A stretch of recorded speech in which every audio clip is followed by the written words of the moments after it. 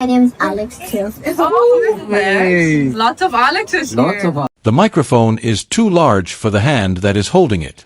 The first thing you notice is that 2 days prior to her debut at the Vanda Pharmaceuticals Berlin Tennis Open, the world's 35th ranked female tennis player sits at the other end of a microphone designed for adults, a child's grip, and a child's posture. Her age is 21. Alex Eala is her name. Why do you love tennis? Additionally, the child using the microphone had the same first name, which the WTA's own social media team could not help but caption. The description says, "From one Alex to another, Alex Eala shares why she loves tennis." It's an easy question. I am so honored to be lifting this trophy today. Lifting this trophy does not mean that I will be among the greats. It's a little environment. The room is not a stadium. The building doesn't make any noise. However, once the WTA's networks released the video on June 14th, it went viral on tennis social media with a tone that the tour rarely produces on Media Day, one that was more affectionate than critical. Additionally, the tape provides something that draw sheets and rating tables, which are the only ways that people have seen Eala, cannot. It offers texture. When no one is keeping score, it provides an insight into her personality. If you had been the one holding the microphone, please subscribe and let us know in the comments what you would have asked her. The location of such texture makes it significant. The WTA 500 is the Berlin Tennis Open. This week's draw includes 6 of the top 10 players, including Coco Gauff, Jessica Pegula, Elena Rybakina, and Arina Sabalenka. Eala is one of the 4 primary draw wildcards, not by ranking math, but by invitation. She has never participated in the Berlin Open. The Children's News Conference is not unique to Eala. Young fans are paired with a notable player on Media Day as part of a repeating tournament tradition. The choice is the unspoken compliment. The WTA selected the wild card from the Philippines for this specific piece of media in a building full of major champions. That decision serves as a link between the story we are actually telling today and the road tour narrative. Let's sketch the outline of the week she entered that room with. On June 7th, 8 days before to the children's press conference, Eala stood on a different platform in Birmingham and won her second career WTA 125 title with a 3-set final victory over Nikola Bartunkova, 5-7-6-3-7-5. 3 days later, on June 10th, she entered a grass court at Queen's Club and lost 2-2 to American youngster Iva Jovic. It is not necessary to interpret a scoreline like that in a round of 16 on a surface that she has publicly stated is less natural to her than hard court. There are no soft edges to this loss. It was a rematch defeat as well. A few weeks prior, Jovic had previously defeated her at Roland Garros. In just 2 weeks, Eala had experienced 2 diametrically opposed outcomes, a champion's podium and an overwhelming loss. 4 days after the second event, she faced another crucial test 48 hours later. In Berlin, she was sitting on a Media Day stool when a young child asked her why she loved tennis. I love tennis because it makes me feel empowered, feel confident, makes me feel strong. The children's news conference was tense because it took place in that very narrow hallway between those 2 poles, making it more than just a content unit. The warmth of a person riding momentum is not the same as the warmth captured on camera. It is the warmth of someone choosing to be kind despite a setback. Here, a skeptic could object. A skeptic can argue that a children's press conference is a marketing ploy because the tour creates feel-good content, which is popular on social media.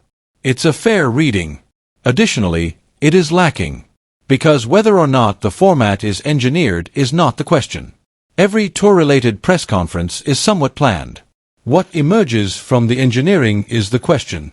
And what was evident in the section as presented by the WTA was that a player did not respond to a child's inquiry by grabbing a quote from the media. A player answered the question at the same level that it was posed. The script will contend that the curtain has been drawn back. Let's start with the actual setting. Berlin Tennis, June 14, 2026 Open Media Day. Before making her main draw debut, Eala took part in the Children's News Conference.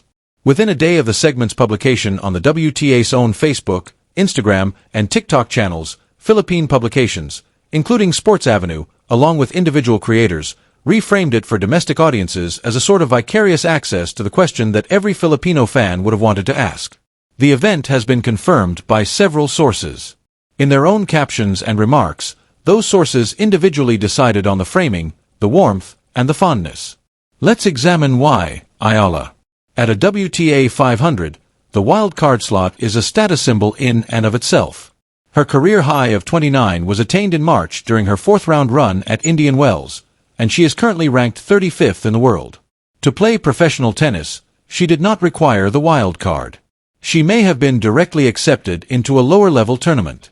The Berlin Open extended the invitation because she has become someone tournaments want in their building, and the WTA did not merely put her on a court. She was placed on a stool in front of kids while a camera was trained on her face. Then, editorial ingenuity is not what makes the clips memorable, the WTA's caption, from one Alex to another. It's reporting. Her first name was revealed by one of the questioners. There was no staging of the symmetry. The most memorable beat in the program is the result of the production team seeing a coincidence and letting the caption do the work. Neither the athlete nor the tour planned for a young youngster named Alex to question Alex Eala about her connection to the sport. The day gave them a gift. And the question itself, what makes you a tennis enthusiast? Seems straightforward until you recall the last time she was asked such a plain question. Let that sit for a moment, because the contrast is the whole idea. 8 days prior, Eala was given a trophy and a different type of microphone, a formal one in front of a different type of audience, on the Birmingham podium. She said this. I love tennis because it makes me feel empowered, confident, makes me feel strong. Being able to lift this trophy now is such an honor.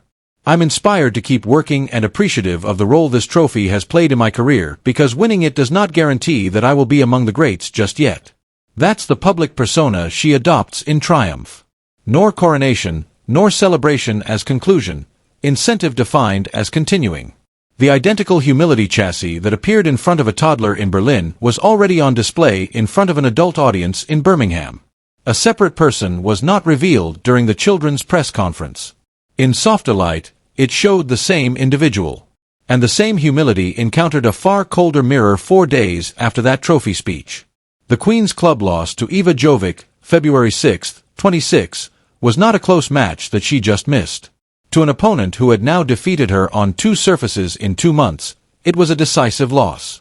With the loss still vivid in her mind, Eala entered the Berlin children's microphone. The warmth captured on camera is that of a competitor who has just had a rough afternoon and has chosen not to let it affect their next one.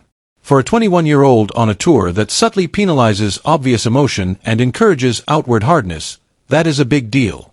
Furthermore, the next professional inquiry that awaited her was not a child's. It belonged to a silver medalist at the Olympics. Eala was drawn with Donna Vekic, world number 33, the recently crowned Queen's Club champion as of June 14, the silver medalist from Paris 2024, and a 2024 Wimbledon semi-finalist, in Tuesday's first-round draw. From the January ASB Classic in Auckland, 4-6-6-4-6-4, their head-to-head score is 1-0 in Eala's advantage. However, that was hard court. Grass is Berlin. And 2 days ago, Vekic arrived in Germany with a lucky loser to champion run that culminated in a trophy lift. The contrast on which this story is based was created by the schedule itself. She responded to a child on Saturday. She responds to one of the most difficult grass court draws on Tuesday. The children's news conference is an important part of her week since she is a wild card. It offers a glimpse of her personality from the previous day. And the silent receipts beneath it all. The 2026 season has seen 24 victories and 15 defeats, $786,855 in prize money this year alone, a career high of 29 in March, and a WTA 125 title in Birmingham 8 days ago. The headline's Melting Hearts framing reveals Alex Eala's current personality. This player has been quietly turning potential into ranking points on 3 distinct surfaces for the whole first half of 2026 while remaining in front of cameras, kids, and awards. This is the receipt layer. Who is in charge of what we are viewing, then? Not a commentator. We can't legitimately base this script on any recent pundit statement on Alex Eala from the past 90 days, and creating one would be a betrayal of the narrative. Eala's voice is the strongest authoritative voice here, the one that completes the work required by the angle. It comes from the trophy celebration 8 days before to the kids' pressers, which the WTA provided as a clip rather than a text. Once more, she said, lifting this trophy does not mean that I will be among the greats yet, so I'm motivated to keep working and I'm grateful for the part this trophy has played in my journey. On the same evening, the actual match took place, And it was amazing. It was anyone's game, in my opinion. It's one of those days where I survived thanks to a little bit of luck and determination. After reading those 2 sentences, watch a back-to-back clip of the children's press conference. The voice is identical. The disposition is the same. The humility is not a press conference setting she switches on for cameras. By default, it is.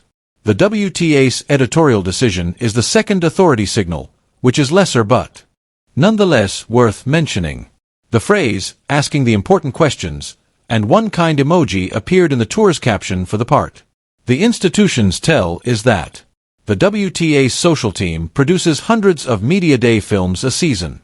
Zoom out at that point. The ones they frame with that kind of terminology are the ones that inwardly recognized as something more than Phil. And this week's stakes are more obvious. Eala joined Berlin as a singles wildcard in 2026, which is the top-tier non-slam tournament. Because of the bracket, she is required to assess herself against the top 10 players in the draw. If she manages to get past Vakik, she will soon encounter seeded opposition. Beyond Berlin, Wimbledon starts in less than 2 weeks. As of mid-June, her seeding status was still up in the air for her second main draw appearance at the championships. After Wimbledon, the hard-court swing in North America, the Canadian Open, and Cincinnati, the U.S. Open on what she has frequently called her finest surface. In story terms, this means that Berlin is the final grass court test in a first-half season that has already resulted in a humiliation at Queen's, a 4th round at Indian Wells, a Roland Garros points haul, and a WTA 125 championship in Birmingham. Within that arc, the children's press conference represents the human interpretation of a player whose schedule is read in numerical form everywhere else. Additionally, there is the wide if anything, it's a stronger indication of the segment's existence. The WTA created a piece of multi-platform content based on a Filipino player answering questions from German kids during a German competition. That's not a local interest. On the same media day as its top 10 names, the tour now views that player as a global content pool. The framing was reflected in the online response. On the WTA's posts, fan responses tended to be affectionate. Kids' adoration for her kept coming up. Filipino fan accounts published the video as a moment of representation more than a result